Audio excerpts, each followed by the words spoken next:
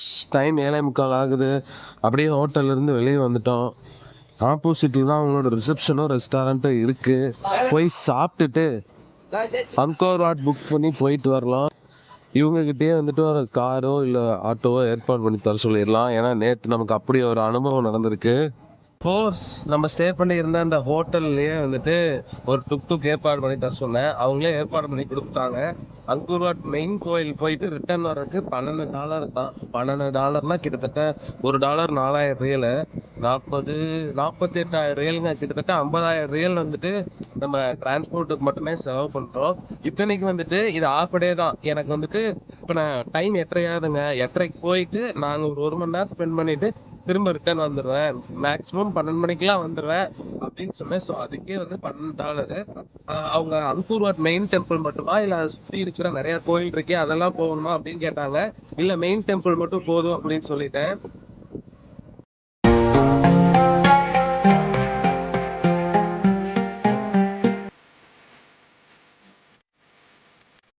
Force Angkor Wat காம்ப்ளெக்ஸ்குள்ளே வந்தாச்சு.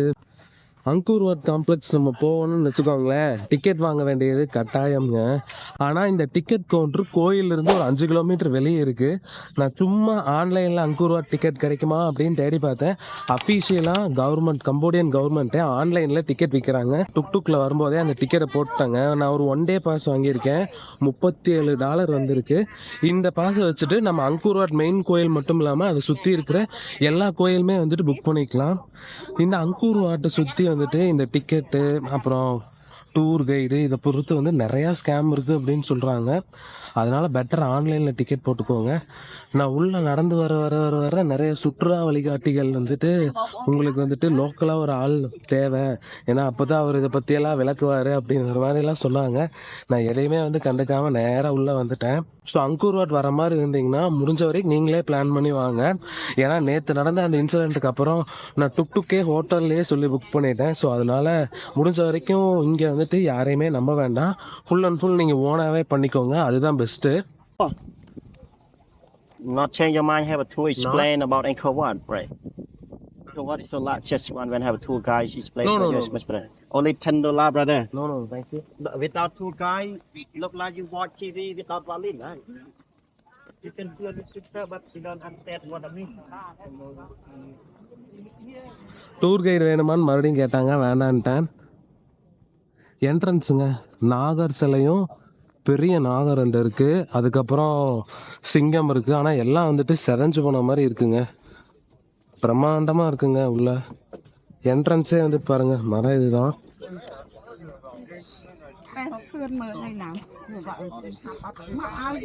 இது என்ன சிங்கமா நாகமா என்னன்னு தெரியல. இது நாகங்கிறது நல்லா தெரியுது, பட் இது சிங்கம் பாதி வந்து உடஞ்சு கிடக்கு.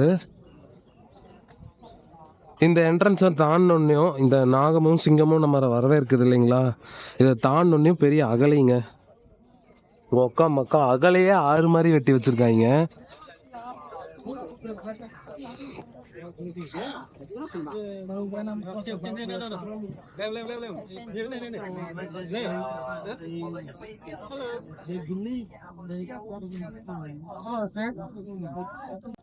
I mean the song. So, and this is rich. அப்படியே ஒரு 6 மாதிரி இருக்குங்க. இவ்வளோ பெரிய அகலி வந்துட்டு நான் இதுக்கு முன்னாடி பார்த்ததே இல்லை.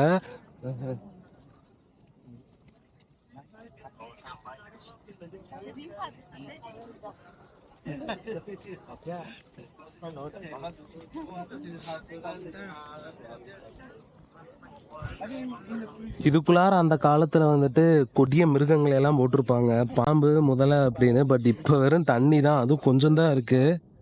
இது எப்படி இருந்திருக்குன்னு பாருங்களேன். இந்த எம்பையரோட ஜெனியத்தில் வர்ற வழி ஃபுல்லாக வந்துட்டு கடுமையான காடுங்க. இப்போவே வந்துட்டு இத்தனை மரங்கள் இருக்குதுன்னா இது வந்துட்டு 800-1000 வருஷத்துக்கு முன்னாடி இதெல்லாம் எப்பேற்பட்ட காடாக இருந்திருக்கும் அப்படின்னு நான் யோசிக்கிறேன். அந்த காட்டை கிளியர் பண்ணி இப்படி ஒரு பிரம்மாண்டமான உலக அதிசயத்தில் ஒன்று அப்படின்னு கூட வந்துட்டு இதை சொல்லலாம். ஏன்னா உலக அதிசயங்கள் லிஸ்ட்டில் இந்த கோயில் 21வது இடத்துல இருந்ததாமா. முன்னாடி வந்திருக்கலாம், பட் என்ன 7 உலக அதிசயம் தான் இல்லைங்களா. ஸோ அதனால அதனால் ஒரு சில காரணங்களால் இந்த கோயில் வர முடியாமல் போயிடுச்சு. பட் என்னை பொறுத்த வரைக்கும் இந்த கோயிலும் ஒரு உலக அதிசயம்தான்.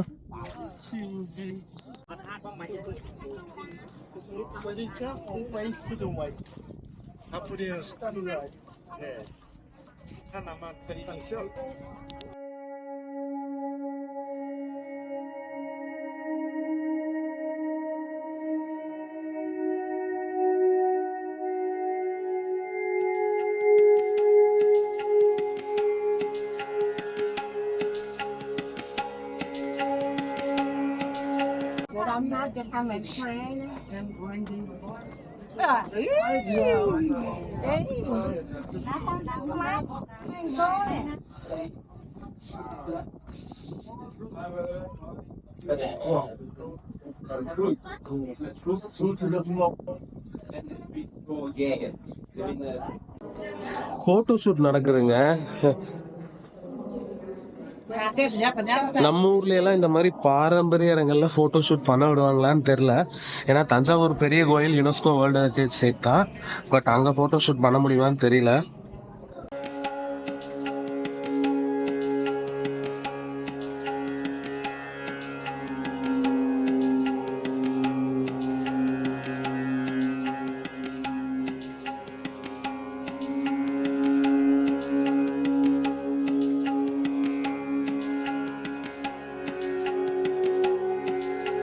இதை இப்போ கோயில்னு சொல்கிறத விட ஒரு தீம் பார்க்குன்னு சொல்கிறது தான் வந்துட்டு கரெக்டாக இருக்கும். ஏன்னா அந்த அளவுக்கு மக்கள் கூட்டம் நிரம்பி வழியுது, நீங்களே பார்த்துருப்பீங்க. அதுவும் இல்லாமல் இன்றைக்கி ஒரு சண்டே, அதனால கூட வந்து கூட்டம் அதிகமாக இருக்கலாம். அம்மாவுக்கு ஒரு வீடியோ கால் பண்ணுவோம், பார்த்துட்டோம் அவங்களும்.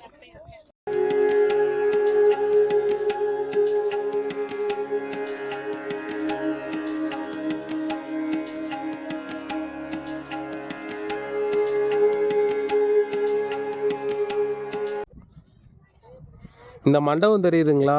நம்ம இந்த படியில் வந்தோம், இந்த மண்டபத்தை பார்த்துருப்பீங்க. அப்படியே இப்படி வந்தால் இந்த பக்கம் ஒரு வே இருந்ததுங்க, அந்த பக்கம் கடை இருக்குது, தாகமாக இருக்குது. முதல்ல தண்ணி வாங்கி குடிச்சிட்டு அதுக்கப்புறம் அந்த மெயின் டெம்பிளுக்கு போய் பார்க்கலாம். இந்த அங்கூர் வாட் கோயில் பார்க்கணுன்னு நினச்சிங்கன்னா நீங்கள் இங்கே வர்றது ரொம்ப ரொம்ப ஈஸி. எப்படின்னு வச்சுக்கோங்களேன், நீங்கள் வந்துட்டு கம்போடியா தலைநகரான ஃபெனம்ஃபென்லாம் போயிட்டு வரணுங்கிற அவசியமே இல்லை. நீங்கள் எங்கே இருந்தாலும் சரி, பேங்காக் உங்களுக்கு டைரக்ட் ஃப்ளைட் கிடைக்கும், பேங்காக் போயிருங்க. பேங்காக்லேருந்து ஏர் ஏசியாக்காரன் டவுன் பஸ் மாதிரி இந்த அங்கூர் வாட் இருக்கிற சிஎம் ரீப்புக்கு ஃப்ளைட் ஆப்ரேட் பண்ணிட்டு இருக்கான். ஒரு நாளைக்கு 5 ஃப்ளைட் இருக்குன்னு நினைக்கிறேன். ஸோ நீங்கள் தாய்லாந்து ட்ரிப் எதாவது பிளான் பண்ணுறீங்கன்னா தாய்லாந்து ட்ரிப்பு கூடவே வந்துட்டு இந்த சிஎம் ரீப் ட்ரிப்பும் பிளான் பண்ணிக்கோங்க. தாறுமாறாக இருக்கும். என்ன இங்கேருந்து பேங்காக் ஃப்ளைட்டில் வெறும் 1 மணி நேரம் தான். நாளைக்கு நம்ம வந்துட்டு இங்கேருந்து கிளம்பி சென்னை போகிறோம், 2 ஃப்ளைட்டில் போகிறோங்க. ஃபஸ்ட்டு ஃப்ளைட் வந்து சிஎம் ரீப்லேருந்து பேங்காக்கு, 2வது ஃப்ளைட் பேங்காக்லேருந்து சென்னை. ஸோ வர்றது ரொம்ப ஈஸி தான். நீங்கள் கம்போடியாவில் சுற்றி பார்க்குறதுக்கு ஒன்றும் பெருசாக இல்லைங்க. எல்லா டூரிஸ்ட் வந்தாங்கன்னா இந்த கோயில் தான் வருவாங்க. ஸோ நீங்கள் தாய்லாந்து ட்ரிப் பிளான் பண்ண மாதிரி இருந்தீங்கன்னா எக்ஸ்ட்ரா ஒரு 2 நாள் போட்டு இந்த கோயிலையும் வந்து பார்த்துட்டு போயிருங்க. அதுதான் வந்துட்டு ஒரு நல்ல ஆப்ஷனாக இருக்கும். Mandala, you need food? I have food here. I don't need food.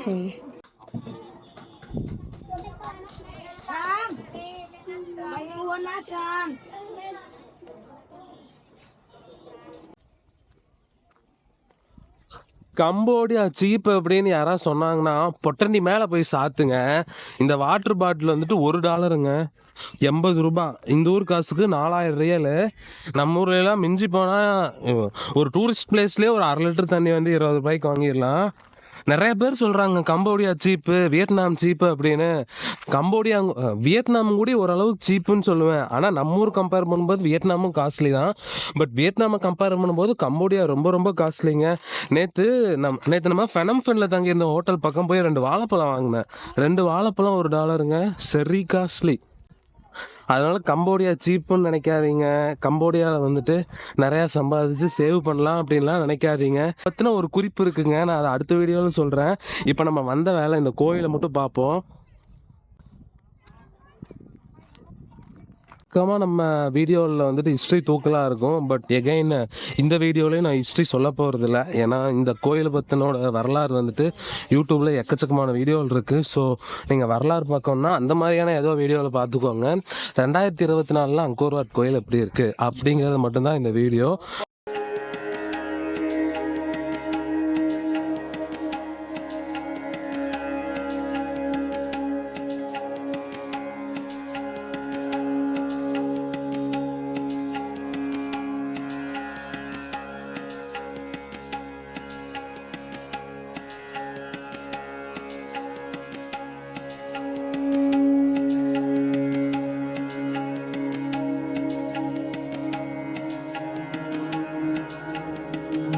வாங்க அப்படியே உள்ளே போய் பார்ப்போம்.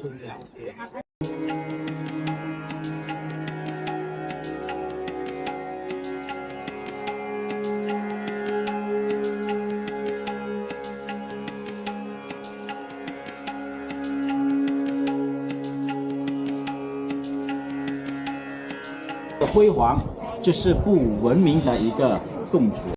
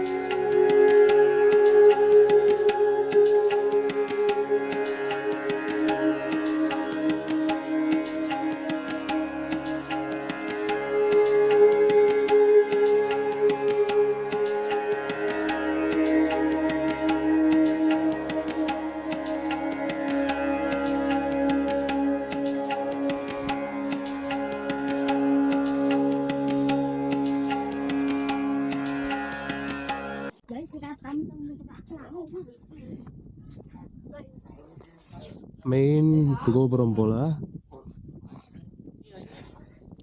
மேலே வரைக்கும் போகிறாங்க, நம்மளும் போகலாம். இந்த படியெல்லாம் பாருங்களேன் எவ்வளோ செங்குத்தாக இருக்குன்னு. இதை ஏறினாலே வந்துட்டு ஒரு கால் எடுத்து இன்னொரு கால் வைக்கும்போது பின்னாடியெல்லாம் அடி வாங்கும்னு நினைக்கிறேன். அந்த அளவுக்கு செங்குத்தாக இருக்குது. இதில் ஏறி போய் வந்துட்டு அந்த காலத்தில் எப்படி சாமி கும்பிட்டுருப்பாங்களோ பாருங்க. சரி வாங்க மேலே போய் பார்ப்போம். இதெல்லாம் வந்து பாதி தான் இருக்குங்க. இது சிதிலம் அடைஞ்சு போச்சோ என்னமோ.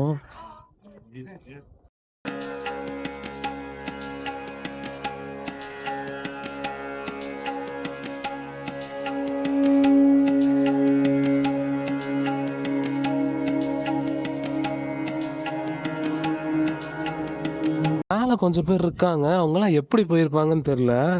இதுவுமே வந்துட்டு செங்குத்தாக தான் இருக்கு.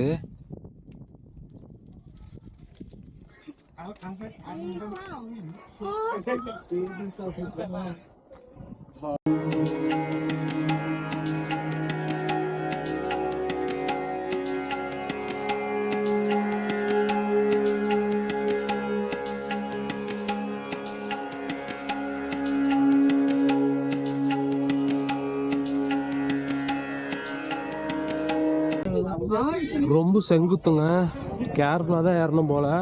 அம்மா மேலே ஏறினா கீழே இறங்குது. இங்கே ஏற்கனவே ஒரு செங்குத்தான படிக்கை இருக்குது, உங்களுக்கு தெரியுதுன்னு நினைக்கிறேன். அது மேலே வந்துட்டு மரப்படிக்கை கன்ஸ்ட்ரக்ட் பண்ணியிருக்காங்க. பீப்புள் வித் ஹார்ட் ப்ராப்ளம் மேலே ஏறக்கூடாதான் அப்படின்னு கீழேயே போட்டிருக்காங்க.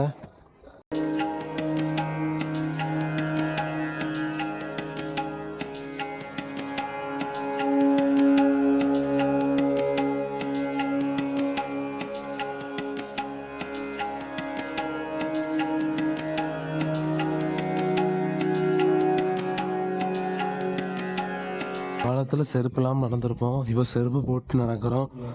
எனக்கு அதுவே வந்துட்டு கொஞ்சம் ஃபீலிங்காக தான் இருக்குது. பட் ஒன்றும் பண்ண முடியாது. இந்த சாங்டம் சாங்டோரம் எங்கே இருக்கும் இருக்கா அப்படின்னு கூட தெரியல. இங்கே தான் இருந்திருக்கணும்.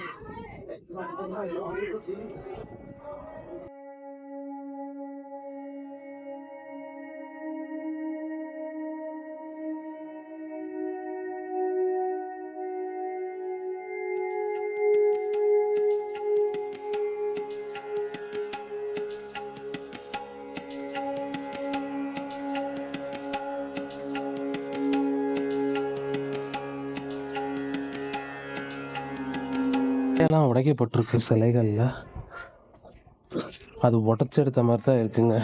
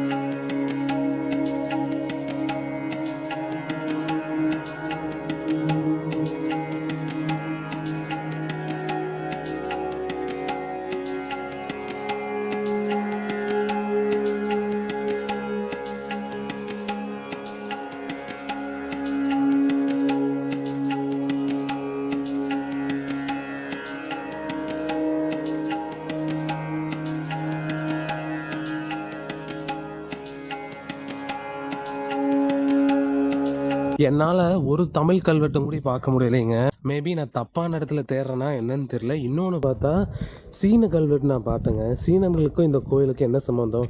நம்ம கோயில் என்ட்ரானோம் இல்லைங்களா, அந்த கோபுரத்தில் முதல் கல்வெட்டே சீன கல்வெட்டு தான். என்னடா நடக்குது இங்கே?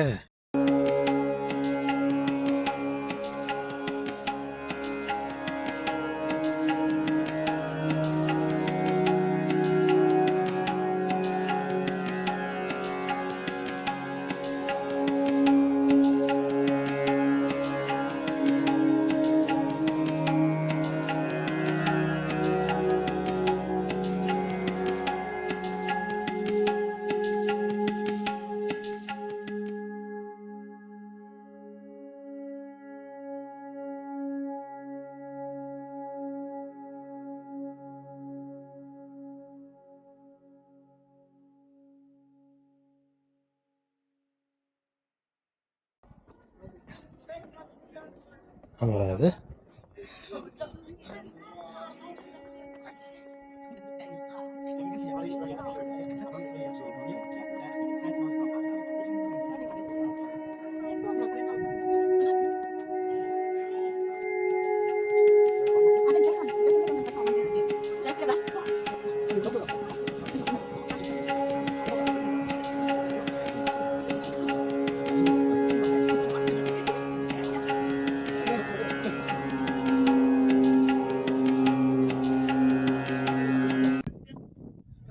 எனக்கு ரொம்ப நாளாக ஒரு டவுட் இருந்ததுங்க, இந்த கோயில் வழிபடுற நிலைமையில் இருக்கா இல்லையா அப்படின்னு.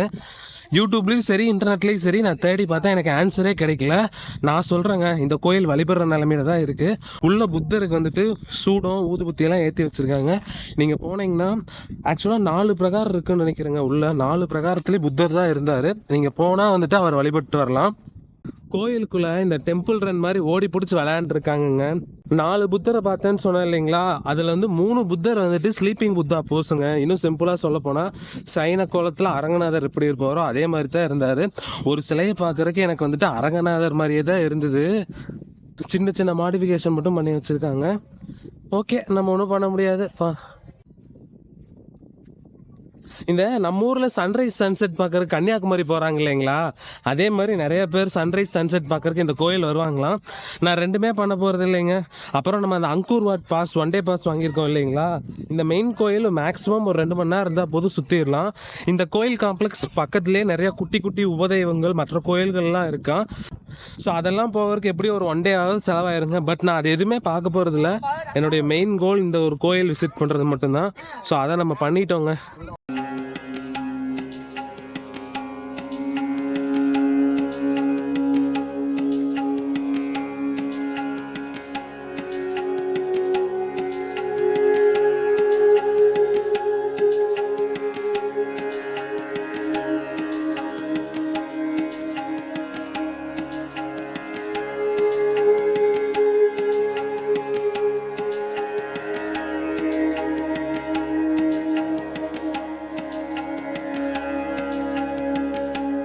வந்த பாதை அதுங்க. அப்படியே உள்ளே போய் சுற்றிட்டு திரும்ப இப்படியே வந்துட்டோம். பட் எக்ஸிட் ஆகிறதுக்கு தனி ரூட்டு அகலைக்குள்ளே நடந்து போகிற மாதிரி வச்சுருக்காங்க. ஒரு வாட்டர் லெவலில் தான் நடந்து போக போகிறோம் நம்ம.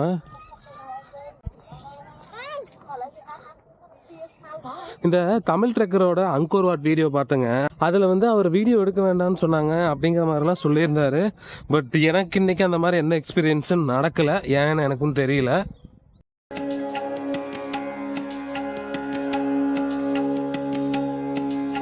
ஒரு முதல்ல வளர்ந்தா எப்படி இருக்கும், ஒரு முதல்ல விளம்பரு தான் கொஞ்சம் சறுக்கிற மாதிரி போட்டிருக்காங்க. படி இல்லைங்க, இது சறுக்கு பாதை.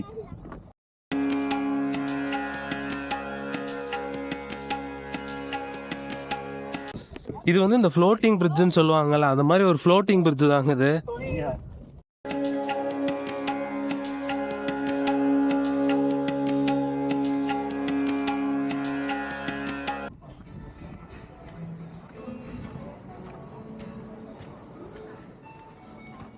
பெரிய டூரிஸ்ட் ஏரியா அப்படிங்கிறனால இந்த அம்யூனிட்டிஸ் சென்டரும் நல்லா இருக்குங்க. ரெஸ்டாரண்ட்டு, சொவனீர் வாங்குறதுக்கான ஷாப்பு, ஏடிஎம்ஸ் கூட இருக்குன்னு போட்டிருந்தாங்க. ஏடிஎம்ஸ் தான் தேடிட்டு இருக்கேன். அந்த மூலையில் ஏடிஎம் இருக்குங்க, ஏடிஎம்ஸ் இருக்கு.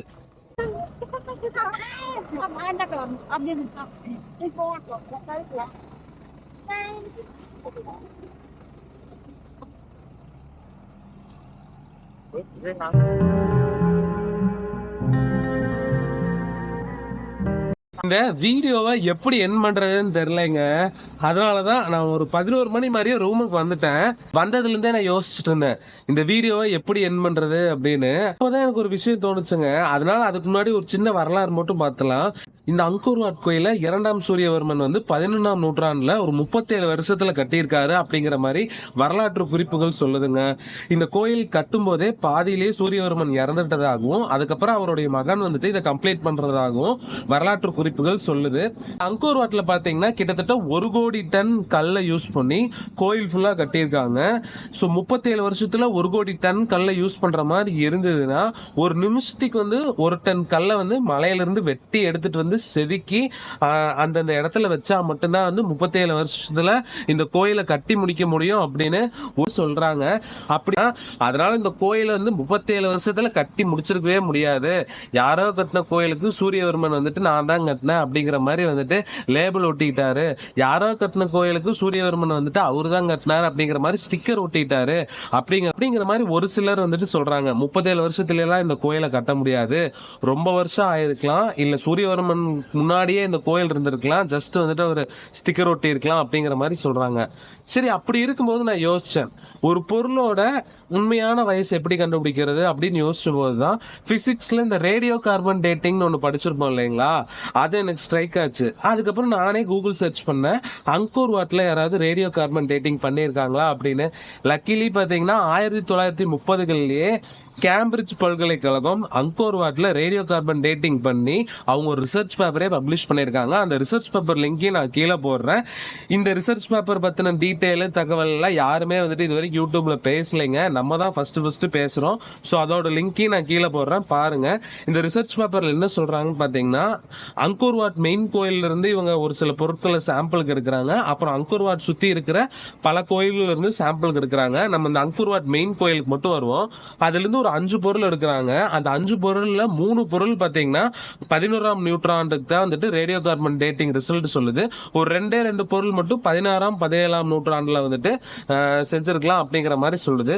ஸோ இதன் மூலமா அவங்க என்ன சொல்ல வர்றாங்கன்னா, ஹிஸ்டரியில் என்ன சொல்றாங்களோ அதே தான் வந்து கேம்பிரிட்ஜ் பல்கலைக்கழகமும் அவங்களோட ஆய்வுல சொல்றாங்க. அங்கோர் வாட் கட்டினதா சொல்லப்படுற அந்த தேதி வந்துட்டு உண்மையா இருக்கலாம் அப்படிங்கிற மாதிரி சயின்டிபிக்கலா எவிடன்ஸ் வச்சு அவங்க ப்ரூஃப் பண்றாங்க. ஸோ என்னோட கருத்து அதுதாங்க, சயின்ஸே வந்துட்டு சொல்லிடுச்சு. ஸோ அந்த ரேடியோ கார்பன் டேட்டிங் மூலமா 37 வருஷத்துல இந்த கோயில் கட்டி முடிச்சிருக்கலாம் அப்படிங்கறதா என்னுடைய கருத்தும் கூட.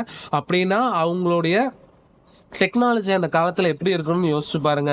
இன்னும் ஒரு சிலர் என்ன சொல்றாங்கன்னா, 37 வருஷத்துல அங்கோர் வாட் கோயில்ஸ கம்போடியன்ஸோ இல்ல கெமர்ஸோ கட்டியிருந்தாங்கன்னா இந்நேரம் அவங்க நிலவுல வந்துட்டு ராக்கெட் விட்டுருக்கணும் அப்படிங்கிறாங்க. பட் கம்போடியாவுக்கு 1953ல சுதந்திரம் கிடைச்சதுக்கு அப்புறம் அது அந்த சிவில் வார் ஜீனோசைடுன்னு போய் நாட்டோட மக்கள் தொகையில பாதிக்கு மேலான பேர் வந்து அந்த ஜீனோசைடுல வந்துட்டு கொல்லப்படுறாங்க. அதுக்கப்புறம் இப்பதான் நாடு மீண்டுட்டு வருது. ஸோ அதனால நக்கல் பேசுறவங்க நக்கல் பேசி இதே என்னன்னா இருப்பீங்க, அதனால நக்கல்லாம் பேசாதீங்க, இந்த அழகை வந்துட்டு இருக்கும்போதே ரசிச்சிருங்க அப்படின்னு தான் நான் சொல்ல வர்றேன். ஸோ தட்ஸ் இட்டுங்க, வீடியோவோட எண்டுக்கு வந்துட்டோம். நீங்க என்ன நினைக்கிறீங்க அப்படிங்கறத எனக்கு கமெண்ட் பண்ணுங்க. எனக்கு இது ஒரு சர்ரியல் எக்ஸ்பீரியன்ஸா இருந்ததுங்க, வித்தியாசமான அனுபவமா இருந்தது. என்ன நிறைய சிலைகளோட மண்டைகள் உடைக்கப்பட்டிருந்தது. என்னால தமிழ் கல்வெட்டு எதுவும் பார்க்க முடியல. அங்கோர் வாட் கோயில்ல சீன கல்வெட்டா அப்படிங்கிற மாதிரி ஆச்சரியப்படுற மாதிரியான விஷயங்கள்லாம் இருந்தது. எது எப்படியோ வெற்றிகரமா அங்கோர் வாட் போயிட்டு வந்துட்டோங்க. பாய்ங்க, அடுத்த வீடியோவில் சந்திக்கிறேன். Take care, stay safe.